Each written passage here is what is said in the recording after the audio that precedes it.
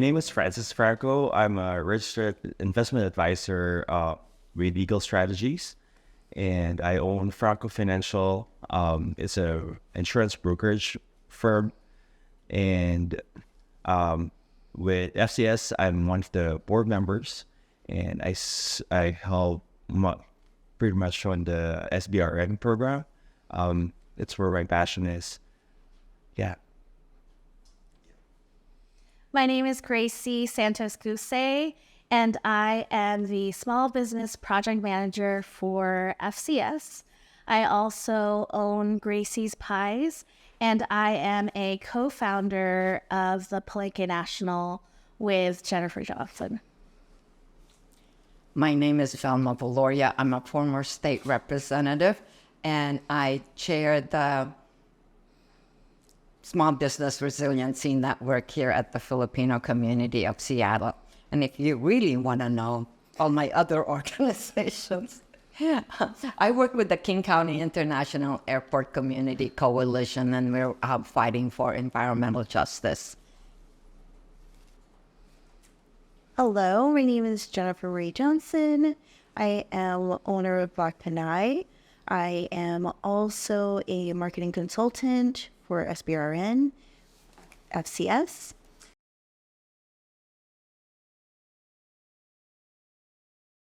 Forward to meeting with other small business owners who are getting ready to get started, looking forward to expanding or promoting themselves in any way they feel best. My name is Benny Royce Royan. I'm the Culture and Arts Programs Coordinator here and also the inaugural Artisan Residence at the Filipino community of Seattle. I'm also the founder and producing artistic director of Benny Royce Dance, a project-based contemporary dance company that I founded in New York and now based in Seattle. SBRN is short for Small Business Resiliency Network, and it got started by the Department of Commerce because of the impact of COVID to our small businesses. They got some federal grant to make sure that a lot of the money goes to small businesses in the marginalized communities, and they had asked us to participate. So that's how we got started. This was about 3 years ago, and then we began to expand. We went out to the small businesses that we know, and then we, provided what we called technical assistance and help with trying to figure out where to get grants, how to fill out the grants, and whatever else they needed. So that's how we got started. And then pretty soon, Francis comes on and says, you know what, this is also my passion. How can I help? I said, you know what, Francis, there's a whole list. So he started doing outreach, right? And he brought in the Palenque National. And then we also began to expand to Benny Royce, because he came on as part of the Filipino Cultural Advisor. And then we had this great big event called the Palenque at FCS that kind of like clinched the whole thing around Negosyante. So the people that were working in this Small Business Resiliency Network, it was myself and another woman, Susan Bagby, in the Filipino community. Neither one of us owned a business. So we were struggling to figure out how to go out and do the outreach, right? So we sent out emails, blah, blah, blah. And then Francis got wind of what we were doing and said, I want to jump on. I said, oh yeah, you can be part of the staff, blah, blah, blah. And he goes, no, I have my own business. So he says, from the board, this is what I can help you with. So we've been working to try to expand. And Francis has been really key to that because, like he said, it's his passion. So, he's worked to bring in other people to be part of that network. And Gracie and I had this great big plan to expand and develop kind of like a directory Maybe you can talk about it a little bit more, but a directory of Filipino businesses. One of the hardest parts about the directory is just making small businesses aware that this directory is being created and that it exists. But we have had a lot of good reception to it. So many of the Filipino American small businesses along I-5 have been responding and actually giving us their information because they want the Filipino American community to know that they are here. And that's just the best part about it, is that we are gathering a lot of information from all the Filipino American businesses in the area. And now we have a collection of people and businesses that people can refer to now. One thing that really stuck to me in being part of this program and being folded into this adventure is the sense of confidence that it gave me about my ideas, my vision, and forming my own, really solidifying the foundation of how Benere Stands operates and the people that it serves. It's provided me a lot of clarity in terms of which direction to go.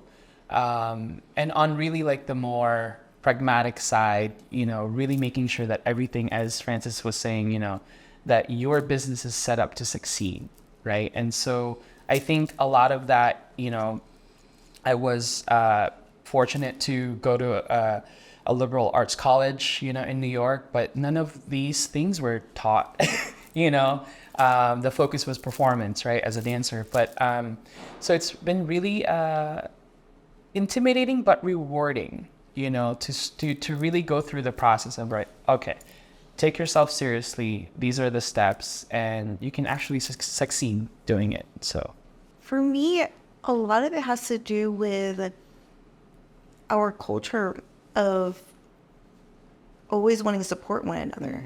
And so I think for a long time we knew of each other, but there wasn't a actual place that we could like go to and say, oh yeah, that's right, this person does cakes, or this person does photography, or oh, that I know this person. I just recently celebrated my daughter's birthday, a big ball, and a lot of the individuals that I brought on as vendors were either part of the Palenque or they were part of this community. And so it's a way that we can actually embrace and feel like community again. As far apart as we are, historically we were more collective in smaller pockets of Seattle, and now we're kind of spread out.